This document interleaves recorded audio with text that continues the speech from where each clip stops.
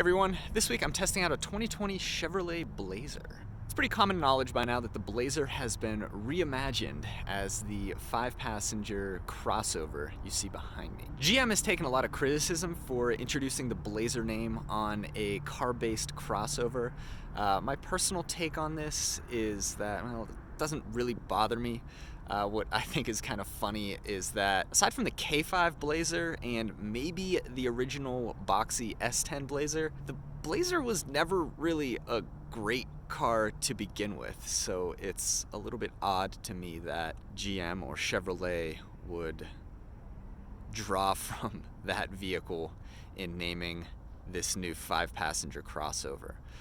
But naming aside, the Blazer's a lot better than I expected. It's comfortable. This one is a fully loaded Premier model, and I've read that top trims of the Blazer, like the Premier and the RS, are a lot better than lower end trim levels. And you can see some use of hard plastic even at this level, but altogether features are nice. Execution I think is really good. It's nice to drive.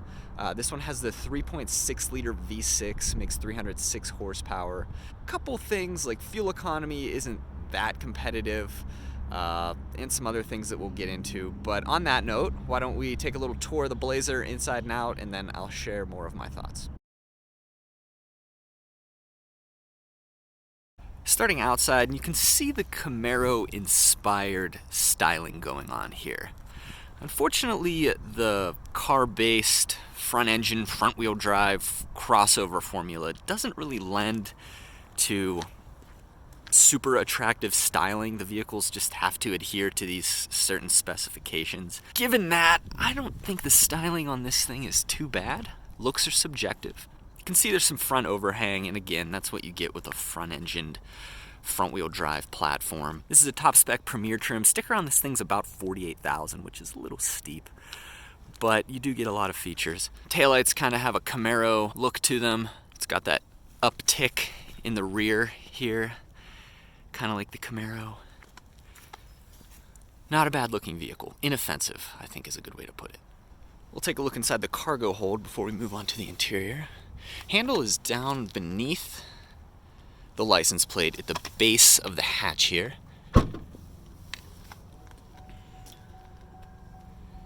It does have hands-free entry, so you just swipe underneath the hatch there. And about as much space as you'd expect. Apparently there is some windshield washer fluid in this one. Here's a little cargo fence, we'll call it. And you can see it's serving a purpose right now. I've been driving this thing all week. Haven't even noticed that there's windshield washer fluid back here because it's been held firmly in place by this little fence. Got some storage cubbies, tie downs on the side closest to me. The rear seats fold down via these handles. That's a nice feature to see. You don't get that in every vehicle.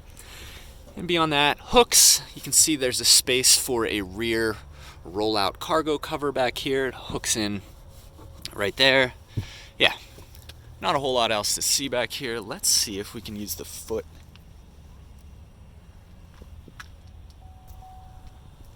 There we go. It took a moment, but I got it on the first try.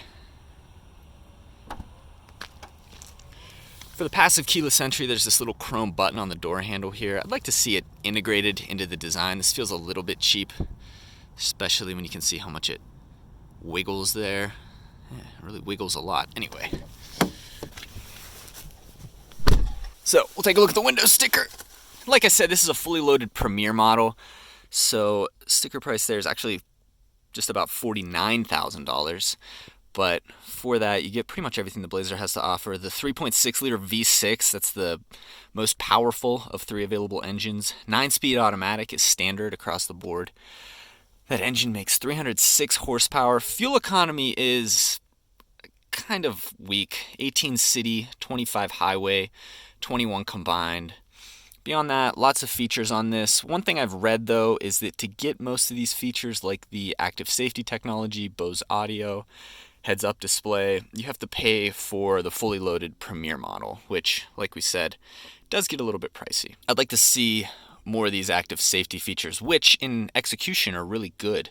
I'd like to see more of them offered on lower trim levels, given that companies like Toyota, Hyundai, and others are offering them as standard. But as you look at the window sticker, you can pause if you want to take a closer look at anything.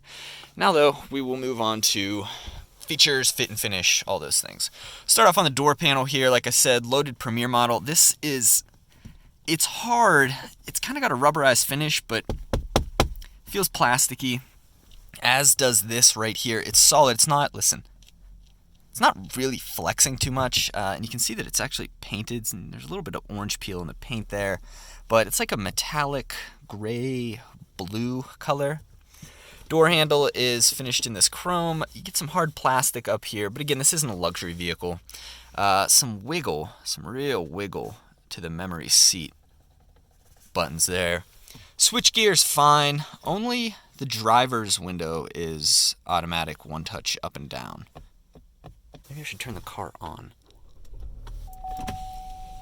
Oh. So it's not one touch up on the passenger side, but it is one touch down. Interesting. Let's check the back. I'm just going to press it once. Okay. So it's one touch down, but not one touch up. Why isn't it one touch up as well? That really doesn't make much sense. But at least the driver's side window is one touch up and down, but these should all be one touch up and down. I feel like it's 2020 here. Lots of Camaro-inspired styling elements throughout the cabin here, including these vents. They are kind of fun to use. This actually adjusts the temperature. So you can see the red arrow means rotate it clockwise to increase the temperature, rotate it counterclockwise to decrease the temperature. Heated and ventilated seats. Again, I think ventilated seats are limited to the top spec Premier model, so if you want ventilated seats, you have to pay almost 50 grand. I do like the LED lights here. There's a little bit of a delay when you press the buttons. Just enough to get under my skin, but I like the LEDs. When you put the ventilated seats on, they're blue. The rest of the LEDs across the HVAC controls are orange. And then there's a power on-off button for the whole system. Vent control is down here. You do get a USB port and a USB-C port. I really like to see that. The more USB-C we have, the more we can cut down on having to carry different kind of cables around with us as the industry moves toward USB-C as the new standard. Ventilated seat's kind of loud, so I'm going to go ahead and turn that off. Really love the infotainment setup in this thing. I believe this is an 8-inch screen. It's big enough. I don't require anything bigger than that. I like the way it's positioned. It's not sitting really high up on the dashboard. It is this kind of tablet style design. It's not perched atop the dashboard though. It's still kind of integrated here, so it splits the difference between a center stack integration and this tablet style design. Volume's right here. It's laid out intuitively, and then the actual software I find to be really easy to use. See what you've got there. It's responsive. Audio, home, navigation. It's quick, makes a nice sound every time you press a button. And it's really high resolution too. I appreciate that. There's also a screen in the gauge cluster here, equally high res. You can cycle through some different things there. Digital speedometer, timer, engine diagnostics, individual tire pressure. One other thing I really like, this one has a 360-degree camera. And the camera is very high resolution as well. I was in a 2020 model year vehicle costing twice as much as this one recently, and this camera is far and above better quality. So that's not something that's directly tied to how much you're spending on the vehicle. Rather, camera quality is very much tied to how recently the vehicle has been redesigned. And you can see the Blazer was all new just last year. And as such, it uses a really advanced, really sharp camera system. I can make out individual leaves on the ground there behind the car. 360-degree angle. You can't rotate it, but it does show you front and back views. Yeah, lots of good settings for the camera system. put it back in park, and one area that I don't really love is this shifter. So no paddle shifters on this thing, which is a surprise given that it's $48,000, $49,000, but you do get your up-down controls right there. I don't know what that does for you, but you can at least change gears manually, so to speak, in this car. But what I don't like is just how this shifter feels. GM's gear selectors really, frankly, aren't very nice to use. You can hear it's kind of clunky. There you go. Quality is okay. Really not too bad. A little bit of wiggle there, but it just isn't super nice to use. If they can't get the shift knob right, just go to a rotary style. Moving on, one area where GM's a little scummy is in how they design these all-wheel drive systems. So in order to get the best EPA fuel economy rating possible, even though this car has all-wheel drive, it defaults to two-wheel drive, and you actually have to turn this dial to put it into all-wheel drive. And I just think that's overly complicated. I don't think most buyers realize that. If you're buying an all-wheel drive car, you're expecting to have all-wheel traction, and that's not the case in the Blazer unless you physically reach down and put it into all-wheel drive mode. Not any other vehicles on the market that I can think of that do that. So make of that what you will. Parking sensors, lane keep assist, wireless charging pad up there. Steering wheel's fine. One thing I really like about it, it's heated, and it's actually heated all the way around. On a lot of vehicles, the steering wheel is just heated from here to here and here to here, but on this vehicle, it's heated up here, it's heated over here, it's even heated down here in between these spokes. As far as the front seat area goes, I think we've about covered it. Let's hop in the back and get an idea for how much space is back there.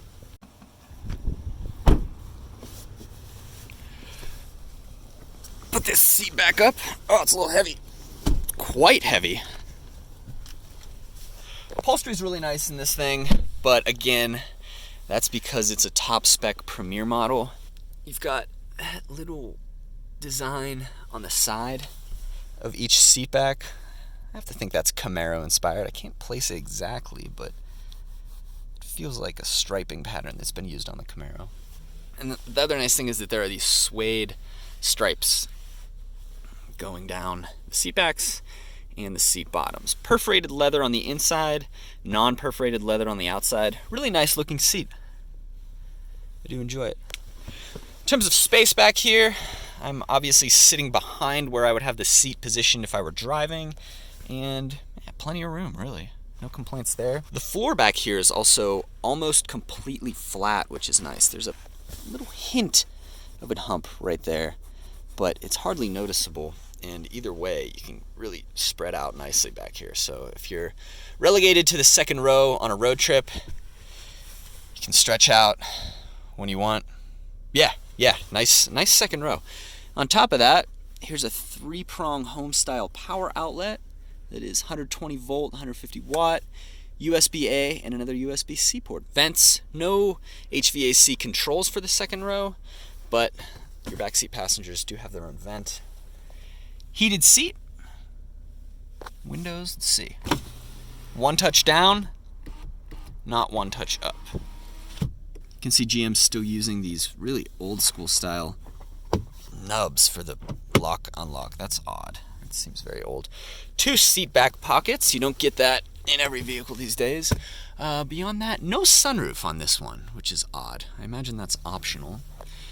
No dome light overhead, but you get one on each side here. And I think that about covers the Blazer's second row. So some final thoughts on the Blazer. I really wish I had gotten the opportunity to at least sit in a more middle of the pack trim level example, because while the Premier here is really nice, a lot of what I've read says that once you get down into the lower trims, interior quality and refinement really comes down. So I can only speak to the Premier model, and actually I've really enjoyed it. That said, $49,000. I do think that even though this is a newer Chevrolet model, you'd still probably get a pretty decent chunk taken off that final price by the dealer. GM and Chevrolet are just known for doing that. That's kind of how they operate. So with a car like this, you look at the sticker price and then you say, okay, what would I actually pay out the door? And usually it's a fair bit lower than what what's actually on the sticker. So keep that in mind. And with that, I think it's an okay buy, depending on how much money you can get off that sticker price. I like the design. It's comfortable. Again, you're paying $49,000 to get these features, but like the active safety features, the way they work, like blind spot monitoring, there's no beeping from this thing. A lot of cars with a lot of active safety features are just constantly beeping. In the Blazer though, they use vibrations in the seats. So when I first sat down on this thing, I thought I had my phone in my back pocket maybe, and that I was getting a lot of text messages all at once, but what that was the blind spot monitoring letting me know of rear cross traffic that was approaching as I was backing out of my driveway. So things like that are kind of nice. The vibration takes a little bit to get used to, but over the course of this week, I've come to like it a lot more than just the constant beeping that you get out of some cars. And I think that's kind of the theme here.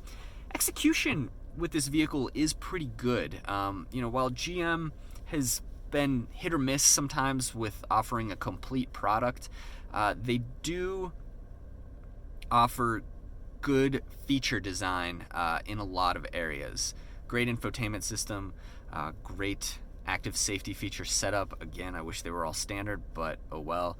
USB-C. Again though, the fact that you have to shift into all-wheel drive in order to use all-wheel drive is kind of dumb. I was at a red light before and it turned green and I went to go, and the front tire spun. The all-wheel drive system doesn't even kick in when it's in two-wheel drive mode, and it will default to that two-wheel drive mode. So that's kind of dumb, frankly, and a little scummy on the part of GM, since they're clearly just trying to get the best EPA fuel economy figures possible. And even then, 21 mpg combined from the V6 isn't really impressive at all. In terms of driving dynamics, again, this is the top spec V6 model with the most advanced all-wheel drive system available. Granted, it doesn't really come into play unless you shift into all-wheel drive, but I find the handling to be good. Power delivery is good.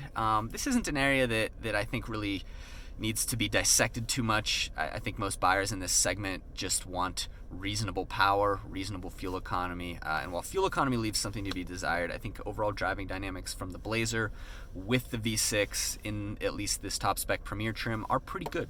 So it's a good looking car. It's got some drawbacks for sure, but there are some highlights to this thing, and altogether I think it's a pretty good balance as far as 5-passenger stylish crossovers go, and I think it's worth a look if you're in the market for a vehicle like this. Thank you for watching.